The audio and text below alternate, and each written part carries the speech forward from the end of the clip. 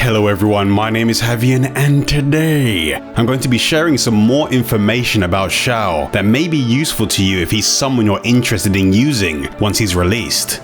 Xiao is a character that I expect a lot of people are already familiar with since he's someone that you'll run into while playing through the story.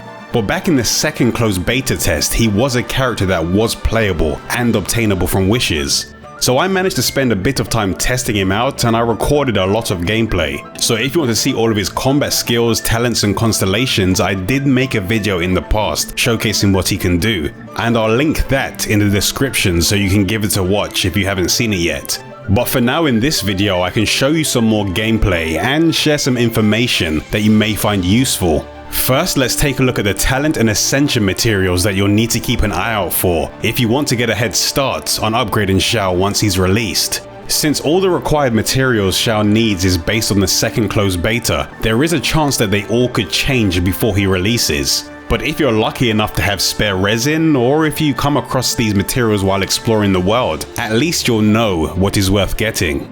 Since Xiao is an anemo element character, unless another world boss that is based on the same element releases before he does, it's possible that he may need the Viuda turquoise and hurricane seed elemental materials for his ascension. These can easily be obtained from the anemo hypostasis boss that you can find in the Stormbearer Mountains in Mondstadt. He will also need more common items that can be found in the open world or by fighting some enemies. The first of these items is the Qingshin flower that can usually be found on mountaintops and other high locations within Liyue. The game recommends searching in the Juyong Karst and the Guyon Stone Forest, so a good idea is to start searching from the Qingyong Peak and survey the area for the flowers. The final material Xiao needs for his ascension are arrowheads that are dropped by the ranged Hilichurl enemies. You can usually find them perched on towers in Hilichurl camps, and they're fairly common, so there's a good chance that you already have a good amount of them stockpiled in your inventory. So if you do see any ranged Hilichurl while exploring, be sure to take them down just to build up your arrowhead supplies. Based on the number of materials other characters need for their ascensions, it's possible that Xiao will need a total of 160 Qingshin flowers, 18 firm arrowheads, 30 sharp arrowheads, 36 weathered arrowheads, 1 Viuda turquoise sliver, 9 Viuda turquoise fragments, 9 Viuda turquoise chunks, 6 Viuda turquoise gemstones, and 46 hurricane seeds in order to unlock all of his ascensions. Just keep in mind that you'll also need to have some Mora and EXP books ready if you plan to level him quickly.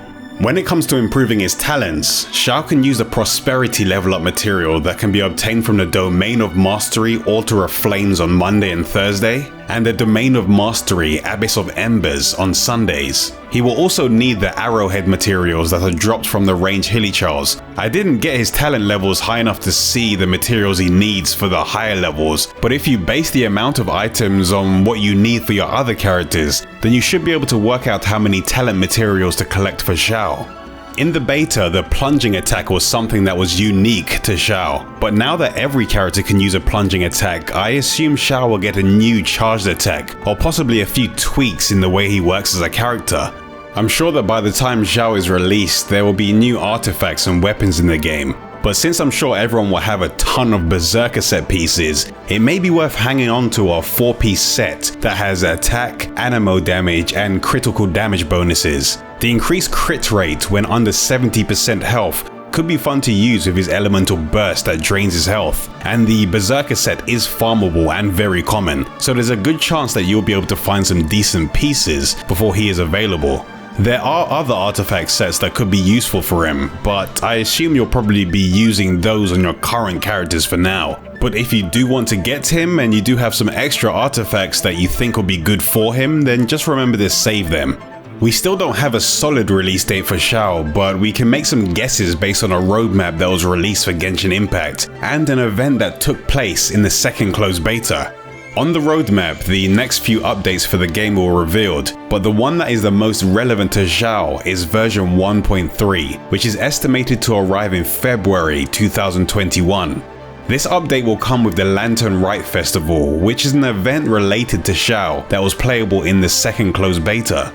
In Closed Beta 2, the Lantern Rite Festival was an event that came with its own storyline that was gradually revealed over the event period.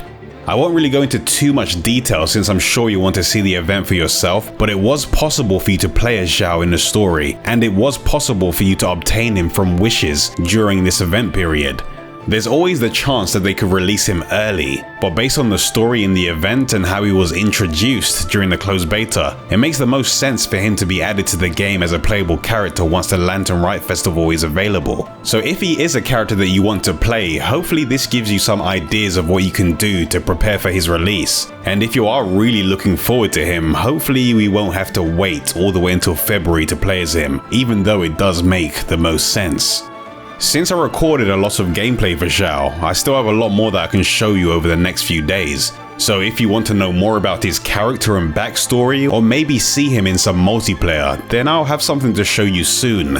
If you want to discuss Genshin Impact with the community or find other people to play with, then feel free to head over to my community Discord server. I also post smaller gameplay clips and news updates over on Twitter between the videos that I make. So if you want to stay up to date with everything I'm doing, I'll put the links to Discord, Twitter, and a few other places you can find me in the description. If you want to see any of the other gameplay videos I make for Genshin Impact or other action RPGs, then don't forget to subscribe and remember to click the bell so you'll be the first to know when a new video is available. I'll be making some new videos very soon, but until I make those videos, I'll see you all later.